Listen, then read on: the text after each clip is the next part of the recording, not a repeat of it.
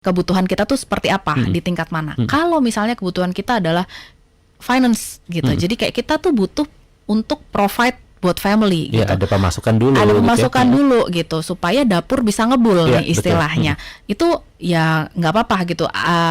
Kan juga di era sekarang ini, zaman sekarang ini cari kerja juga bukan hal yang mudah gitu ya. Jadi ya nggak apa-apa dijalani dulu dengan pekerjaan yang yang kita dapatkan atau yang ada gitu. Nah, kemudian seiring dengan berjalannya waktu boleh untuk kita tuh mengupgrade kualitas diri kita gitu ya, supaya kita bisa supaya kita tuh bisa berlabuh, istilahnya kita bisa berlabuh.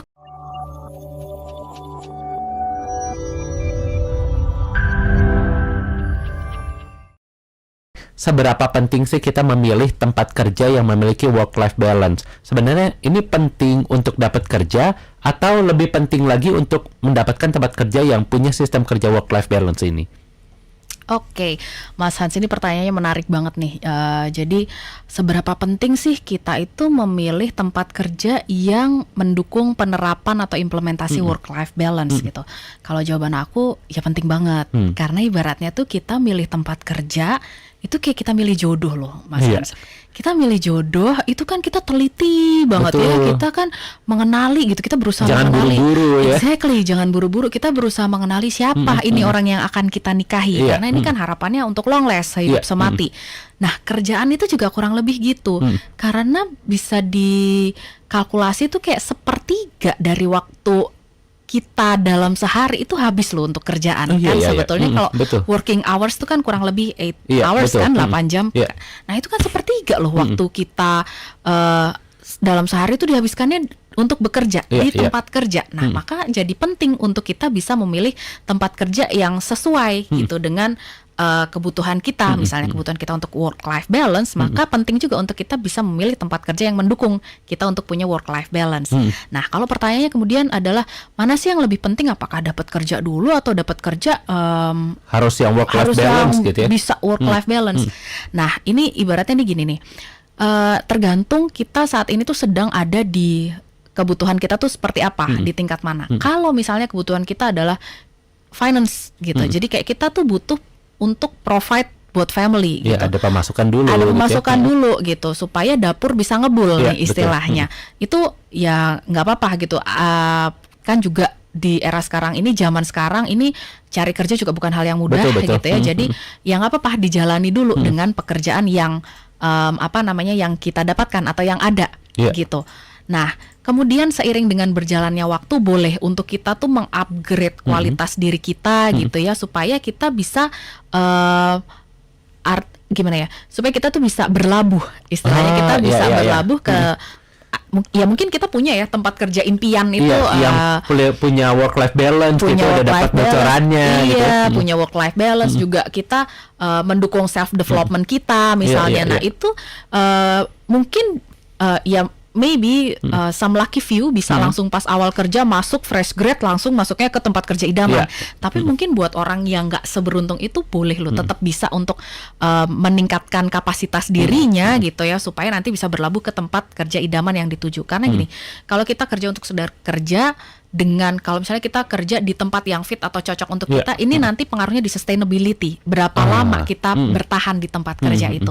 Kalau tadi ibaratnya tujuan awalnya adalah ya yang penting gue dapur gue ngepul dulu lah, anak istri gue bisa makan misalnya gitu, ya udah dijalanin dulu gitu. Tapi kan belum tentu akan sustainable di situ kalau dia nggak happy di situ misalnya. Atau kalau tempat kerja itu sedemanding itu, iya sih ini mungkin akan ada satu titik di mana iya sih dapur gue ngebul, tapi kok gue lama-lama stres juga ya, gue nggak bisa nikmatin uang yang gue dapat gitu kan. Orang akan lama-lama gimana ya, ketika terjadi ketidakseimbangan, sebetulnya orang itu awalnya tuh akan ngerasa nggak nyaman dulu misalnya. Nah, itu tuh sebetulnya udah tanda sinyal ini berarti ada sesuatu yang perlu dievaluasi nih.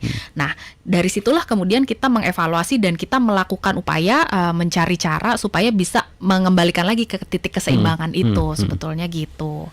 Wah, ini menarik sekali ya. Tapi Kak Vivi, sebenarnya kalau misalnya kita mau ngomongin lebih lanjut soal work-life balance ini, kapan sih waktu yang tepat untuk kita bisa memutuskan nih akhirnya untuk kita harus berhenti nih dan cari tempat pekerjaan yang lain? Karena seperti tadi kita udah bahas, nggak semua tempat perusahaan memiliki work life balance ini. Bahkan ada beberapa perusahaan yang kelihatannya impian banget, begitu udah masuk ternyata waduh kerjaannya padat banget, lembur terus.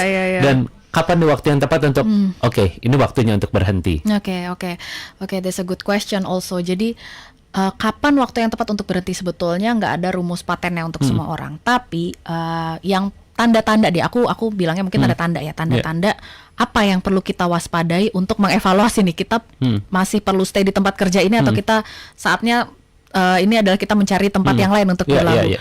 Itu kalau udah ngaruhnya ke fisik, Mas.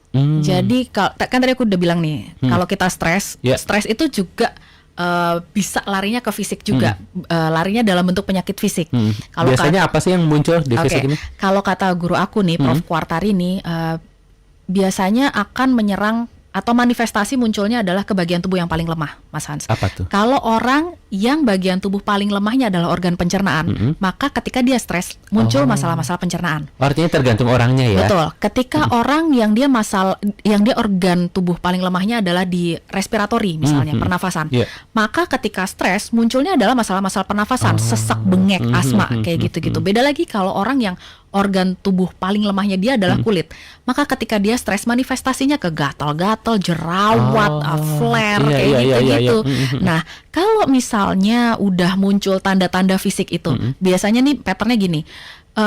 Sakit, bolak-balik ke dokter, dikasih obat, tapi nggak sembuh-sembuh. Ini coba dicek, jangan-jangan yang sedang terjadi adalah stres kerja sebetulnya.